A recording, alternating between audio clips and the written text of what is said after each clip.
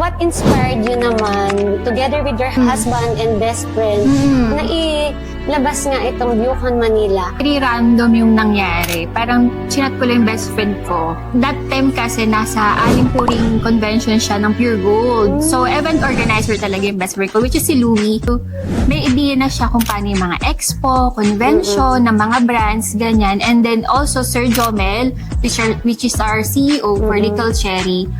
Medrap naman siya. So, nasa medical fields siya. Alam naman niya yung mga doctors convention, mga ganyan. Sanay siya sa mga ganyan. And ako naman sa beauty.